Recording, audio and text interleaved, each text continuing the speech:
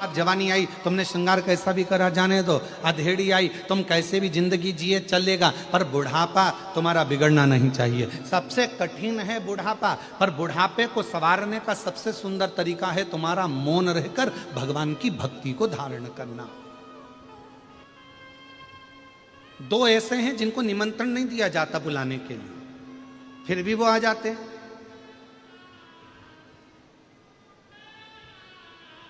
और दुनिया में कोई ऐसा पैदा नहीं हुआ जो इन दो को निमंत्रण देता हो। और मुझे विश्वास है हैदराबाद के लोग भी इनको निमंत्रण नहीं देते होंगे,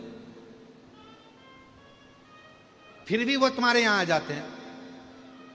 दो ऐसे हैं जिनको निमंत्रण नहीं दिया जाता तो भी आते हैं, जिनको नहीं बुलाया जाता तो भी आते हैं, जिनको आमंत्रण नहीं दिया जाए तो भी आते हैं, जिनको भगाने का प्रयास किया जाए तो भी आते हैं। वो दो हैं, एक नंबर पर है बीमारी और दूसरे नंबर पर है भिखारी। हैं जिनको निमंत्रण नहीं दिया जाता, ये दो ऐसे हैं जिनको कोई आमंत्रण नहीं दिया जाता, ये दो ऐसे हैं जिनको कोई पत्र नहीं भेजा जाता। किन किन को? जम के बोलो। पहले नंबर पर बीमारी और दूसरे नंबर पर भिखारी। इन दोनों को कोई पत्र नहीं भेजता, इन दोनों को कोई निमंत्रण नहीं भेजता, इन दोनों को कोई बुलाने का आदेश नहीं आता, फिर भी ये दो अपने घर में जरूर आते हैं, अपने द्वार पर जरूर आते हैं। पहले नंबर पर होती है बीमारी। बीमारी को कोई नहीं बुलाता, फिर भी बीमारी अच्छे अच्छे घर में, अच्छे अच्छे परिवार में, जिनके यहाँ डल्लफ के गद्दे हैं, एसी का रूम है, कालीन बिछे हुए हैं, जिनके यहाँ पानी भी आरओ का चलता है, बिस्लरी की बोतल पीते हैं, खूब अच्छे अच्छे क्रीम और पाउडर में रहते हैं, और खूब योगा भी करते हैं, एंजॉय भी करते हैं, साथ में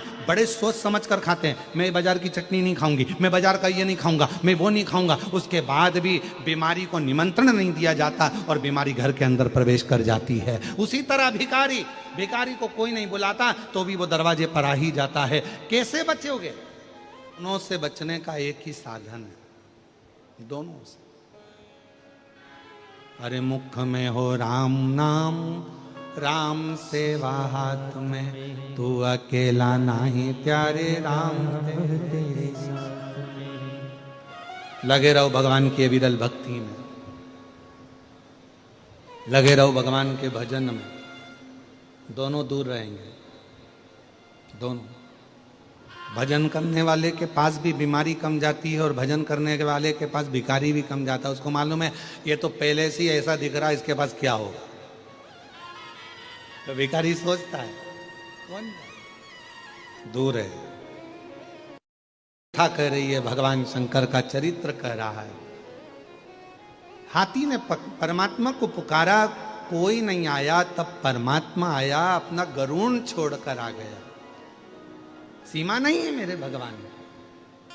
किसी भी देश में, विदेश में, प्रदेश में, गांव में, नगर में, शहर में, कहीं पर भी रहकर आप भगवान को पुकारना प्रारंभ करो।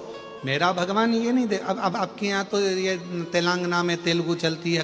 दिल से, भाव से आपने लिखा, कहीं पर भी रहें, कोई प्रदेश में, कोई देश में, विदेश में, कोई जिले में, कोई शहर में, तुम्हारा मन पड़े जहाँ रहो, पर मुख से अगर भगवान का नाम पुकार रहे हो, हृदय से श्री शिवाय नमस्तुभ्यम कह रहे हो, तो ये निश्चित है कि पुलिस की सीमा हो सकती है, भारत की एक देश की सीमा हो सकती है, प्रदेश की सीमा हो सकती है, जिले की सीमा हो सकती है, तहसील की सीमा हो सकती है, पर मेरे बाबा की कोई सीमा नहीं है। जहां पुकारोगे, जब पुकारोगे, जैसे पुकारोगे, मेरा शंकर तुम्हारे सामने खड़ा। ये 21,600 श्वास जो मानव के शरीर से रोज आ रही और जा रही है। जैसे श्वास निकल जाने के बाद में, श्वास समाप्त हो जाने के बाद में शरीर नहीं रहता, केवल एक शव बन जाता है। फिर शरीर की कोई मूलता नहीं रह पाती, फिर वो शरीर श्वास जाने के बाद में केवल एक शव का एक स्वरूप है।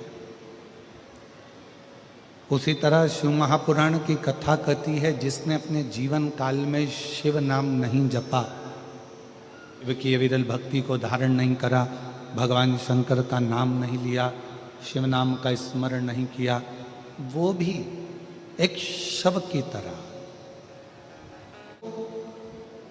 शिव को जान नहीं पाए।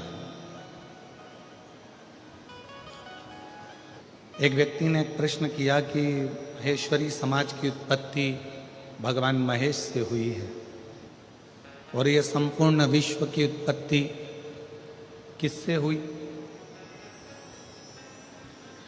तो हमारा निवेदन है इस व्यासपीठ के माध्यम से केवल